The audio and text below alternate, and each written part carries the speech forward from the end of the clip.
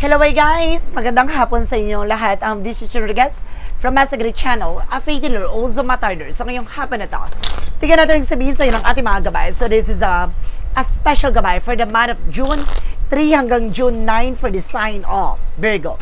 So Virgo, welcome sa my channel.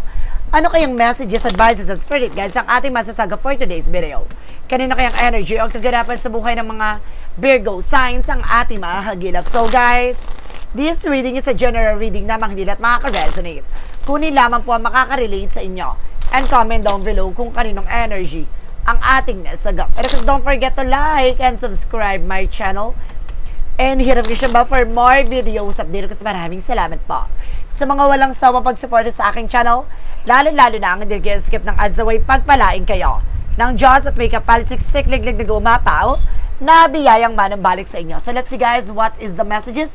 Advice sa inyo ng ating spirit for the sign of Virgo. So let's see and watch this.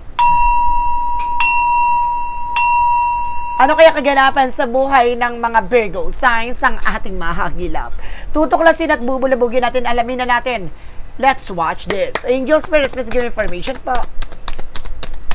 So this is something guys with a high fan. No, there's something educations, no? May mga bagay na kailangan mo pakakatandaan, no? Karanasan, pinagdaanan, ano man yung mga dagok na yung naranasan sa buhay mo ay kailangan mo dapat pakakatandaan, no? Para hindi na maulit yung mga ganong scenario. And there's a good news coming in for you. There's a page of wands. Ibig sabihin may magandang balita na paparating. So some of you guys, no? Makakatanggap ka ng phone call, messages, and emails. And there's a three of cups. There's a lot of people. No, there's a circle of support. There's something circle of friends, no? Kumbaga, sinasabi dito, maaring socialize, no? There's a collaborations, na maraming connection, na maraming konektado dito, na maaring makatanggap ka ng mga informasyon.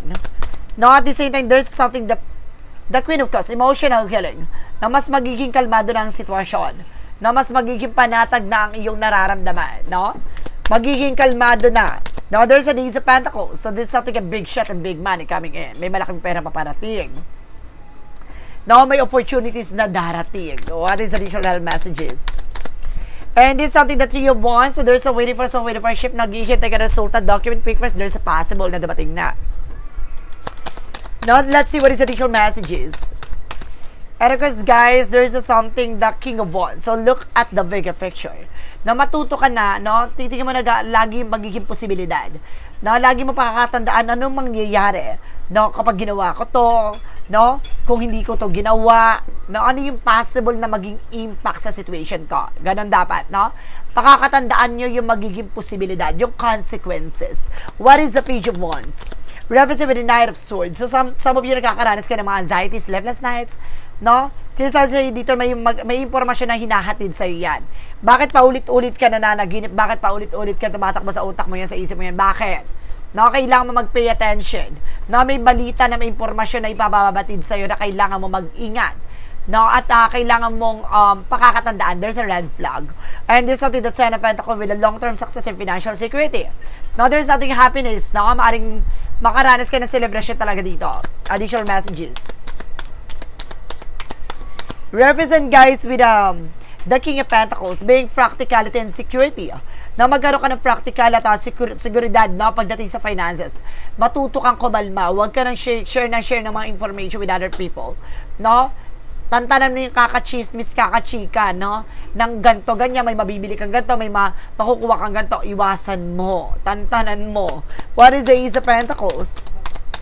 Represent guys with the Knight of Wands. So there's a slow and steady na manatiling kalmado at of course aggressive ka sa situation, diba? Kumbaga manatiling kalmado pero ginagawa mo yung parte mo. Ganon. Kumbaga active ka, no?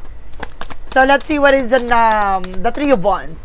Represent the lovers. The waiting is over. No, some of you naghihintay ka na. No, hinihintay mo yung person mo na maaaring luluwas galing ibang bansa or sa ibang probinsya.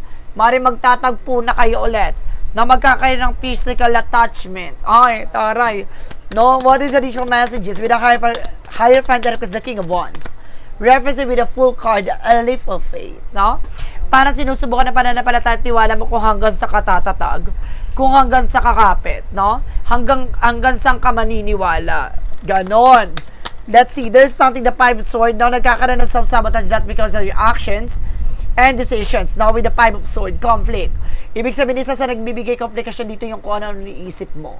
Na paranoid ka, no? Tamang hinala ka. And this is something that Queen of Wands by confident. So, kailangan lakasan mo loob mo, no? Kapag kasi natatakot ka sa magiging possibilities, ganun talaga. No? Parang naduduwag ka dahil ayaw mong mangyari yon. So, kaya kailangan proteksyonan mo. Magkaroon ka ng seguridad. No? At magkakaroon ka talaga dito ng pangmatagal sitwasyon. Kailangan, kumbaga, lakasan mo loob mo. No? And of course, there's something done, Nine of Pentacles. No? Magkakaroon to ng, kumbaga, yung pinaghirapan mo, na maaani mo na siya, makakamit mo na siya. No? Kaya sinasabi, magkaroon ka ng seguridad, no, sa sarili mo, hindi lang finances, pati sa emosyon. Para, magawa mo yung part mo, no? And this is something the Two of Swords, there's a decision that you need to make. Kailangan mo mag-decision dito, no? Kailangan mo maging mahinahon, no? Lalo-lalo na opportunities na darating, huwag ka sunggab na sunggab, no? Mamaya tong opportunities na to, baka malagay ka sa alanganin, no? Magtantan ka, there's a need of something moving forward, no? Some of you, makaka-move on ka na talaga, no? Unti-unti ka na makakawala at makakalaya dyan sa bangungot na nangyari sa isa nakaraan pagdating sa relasyon, no? Some of you guys, no?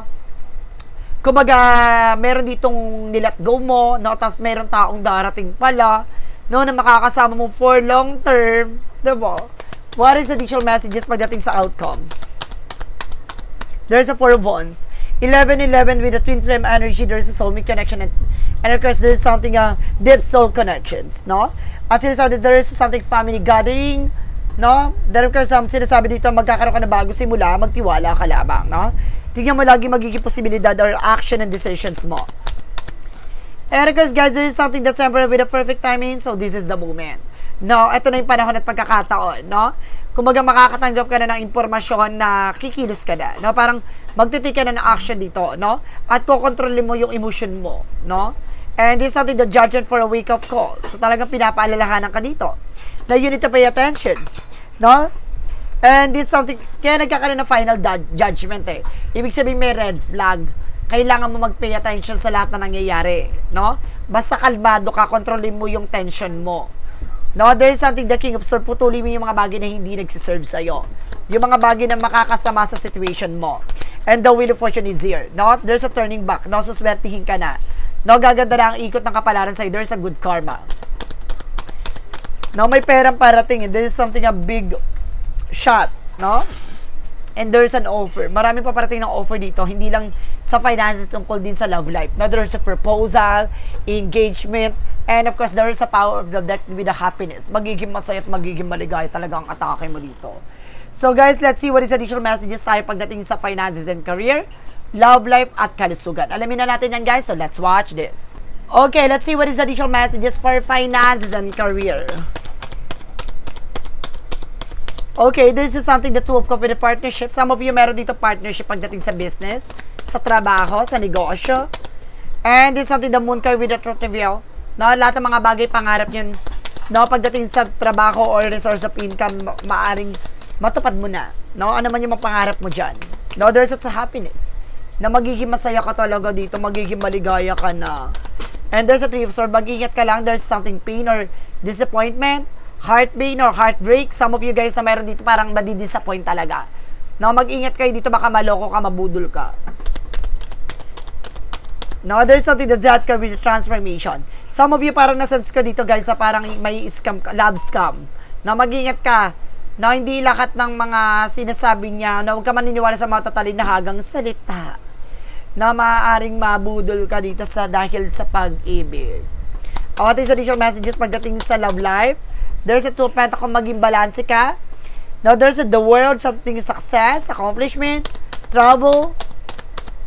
Now, ikaw yung pipili ng bagay na ikabubuti mo, ha? Pagdating sa pag-ibig. Now, timbangin mo yan. Now, there's a Four of Pentacles, protection mo at pangalaga mo yung sarili mo. May pag-ibig talagang paparating, no? Now, there's something a new love. And of course, there's something, guys, with the snake, and sabi ko na nga ba, there's a cheating lying on you. Mag-ingat ka. No, meron dito lolokohin ka talaga. Ipapakita sa iyo yung tunay na pag-ibig, tapos hindi naman pala. Ang atake nito, lolokohin ka dahil para may mahuthot sa'yo. No, hindi something guys with the ease of with the breakthrough. Pero magtatagumpay ka pa rin. Kasi hindi mangyayari yun. No, kumbaga magkakaroon ka na ng ideas. No, there's something new insight. May pasilip na kagad. No, bago pa mangyari yon na timbrehan mo na, natunugan mo na. Ganon. What is additional messages pagdating tayo sa pagdating sa kalusugan? So let's see. There's something magician for manifestation. Magiging maayos ang kalusugan mo. There's a choices, kumbaga iwasan mo yung mga bawal sa'yo ha. Magkakaroon naman ng healing recovery, pero kailangan mo tantanan yung mga kinakain mong nakakasama sa kalusugan mo. Alam mo na nagtitrigger, sige ka pa rin nilamon, sige pa rin ininom. Now, there's an 8 of Pentacles. Mag-focus ka sa health mo, at the same time sa ginagawa mo. Now, there's a 6 of Cups. Meron dito kang nararamdaman na maaaring bumabalik-balik siya. No, kaya kailangan mag-attention ka. Iwasan mo yung mako-cholesterol ha. May nasense ako dito. No, parang meron ditong gallstone. No, parang kung may nasense may gallstone dito, guys. Mag-ingat kayo. There's an 9 of Pentacles with the blossoming. No, lalagot gaganda ng yung kalusugan mo dito. No, maging aware lang ha. Iwasan niyo yung mga mako-cholesterol, yung mga mamantika, guys ha. Tantanan nyo.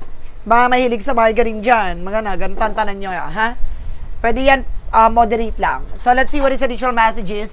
With an angel spirit, with a magic of fire messages and advices, and of course, pick a card, yes or no. No? Ang pick a card, yes or no, guys, kung bago ka sa channel ko, no, pwede ka magtanong dyan sa isip mo. Dahil ka sa magiging sagot dyan, pipili ka sa 1, 2, or 3. No, meron tayong choices dyan. Isa lang ang pipiliin mo. Comment down below kung anong number na pili mo para malaman kung umabot ka ba sa reading na to. Kung bago ka sa channel ko, don't forget to like and subscribe my channel and hit the notification bell for more videos update. So guys, umpisa na natin ang laban with the magical fire messages. So represent what? So let's watch this. With the magical fire messages, represent what?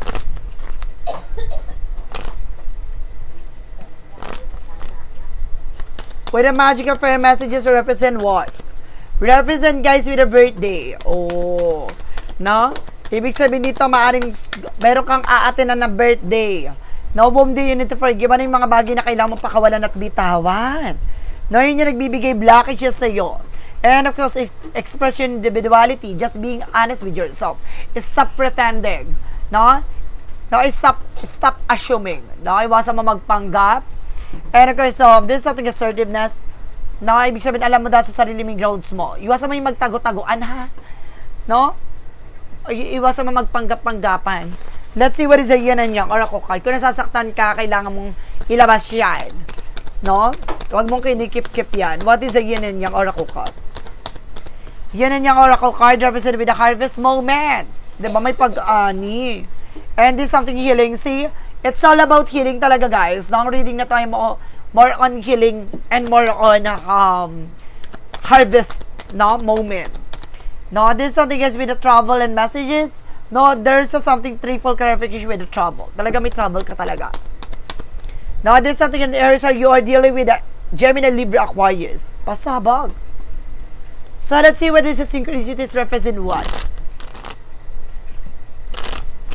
Four synchronicities represent what?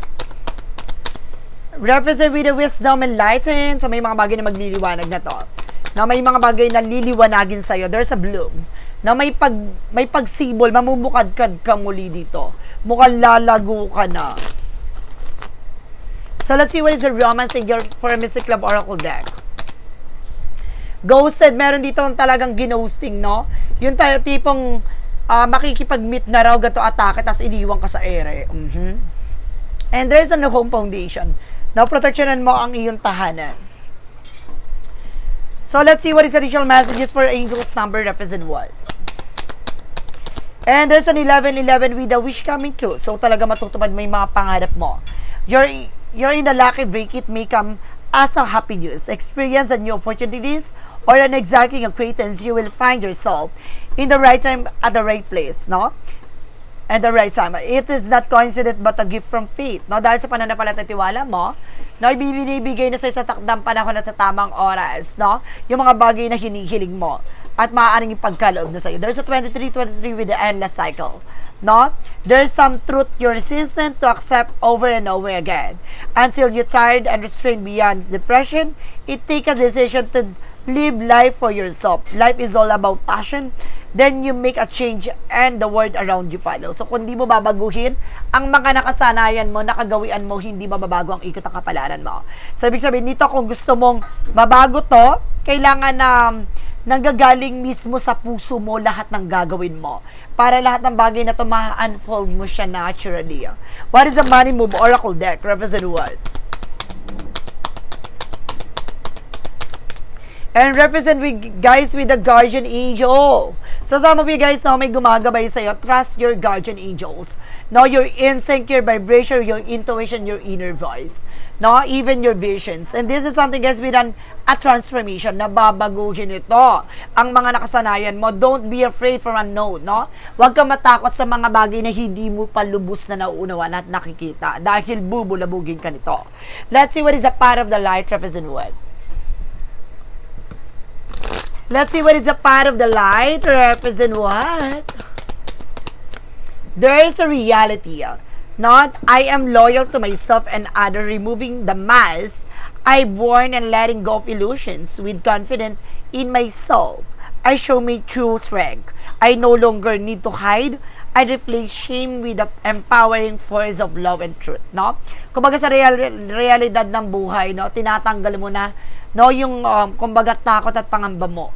No, hinahayaan mo na makita ng ibang tao even your flaws, no? Yung sarili mo, no? Pangit man yan, maganda, wala kang pakialam. Ganun yung parang sinasabi sa'yo dito na dead makasama sasabihin ng iba. Ganon. So let's see what lies beneath with the future. Ano yung mga bagay na nakatago sa hinaharap mo? And there's an emotional intelligence. So ngayon magiging matalino ka na, no, sa mga mararamdaman mo. Hindi ka na basta-basta masasaktan, no, hindi ka na basta-basta maaapektuhan. Alam mo na kung paano mo i-controlin yung tension, no? Yung emosyon.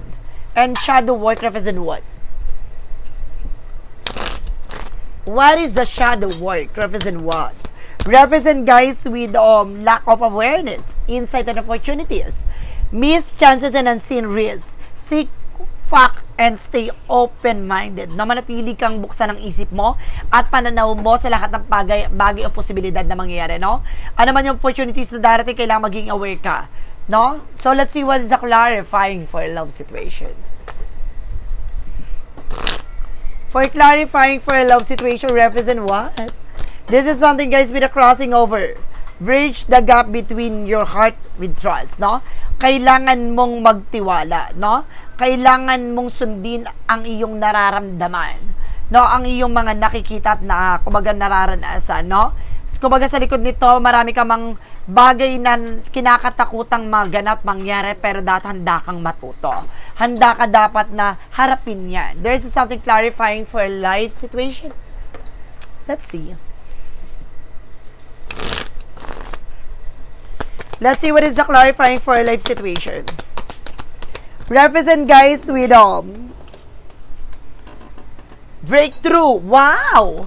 Tagumpay, navigate life many twists and turn with the elegance and resilience, no? Ang buhay mo ay punong-puno ng kumbaga pagbabago, no? Hindi mo yan nakalaing makukuha mo, makakamtan mo. No, may laro ang eksena, you are game changer of your own life. No, kaya mong baguhin to sa isang iglap lang. So, let's see what is a yes or no pick a card. Let's watch this. Let's see what is a yes or no pick a card. Ito na tayo, guys, no? Umpisa na natin ang laban. So, kung sino yung nakapili ng number 1, ito na yon. Let's start with the number 1.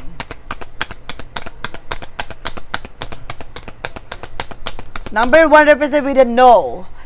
Shady deals, dark road, moonlight to get by. No, may mga bagay na kumbaga madilim, no, parte ng buhay mo o sitwasyon mo na kailangan mong maging maingat, no? Huwag mong hayaan na kumbaga malagay ka sa alanganin sitwasyon. Kung alam mong delikado, tantanan mo. Number 2. And there's a no again. Not ready to get started, plans are fully formed. Ibig sabihin nito, hindi pa hubog.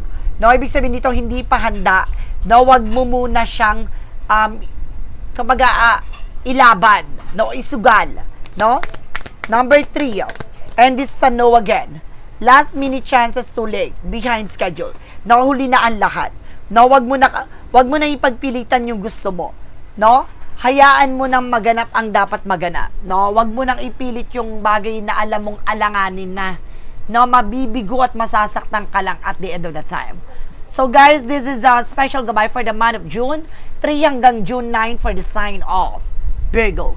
So Virgo, maraming salamat po for this wonderful reading. So once again, this reading is a general reading namang hindi lahat makaka-resonate, kunin lamang po makaka-relate sa inyo. And comment down below kung kaninong energy ang ating nasagap. And guys, don't forget to like and subscribe my channel and hit the notification bell for more videos of the update. Kasi maraming salamat pa sa mga walang sawang pag-support sa aking channel, lalo-lalo na ang hindi nag-skip ng ads, away pagpalain kayo ng Diyos at may kapal. Siksik liglig nag-uumapaw na biyayang manambalik sa inyo at maraming salamat pa. See you in the next video. Bye-bye and babush.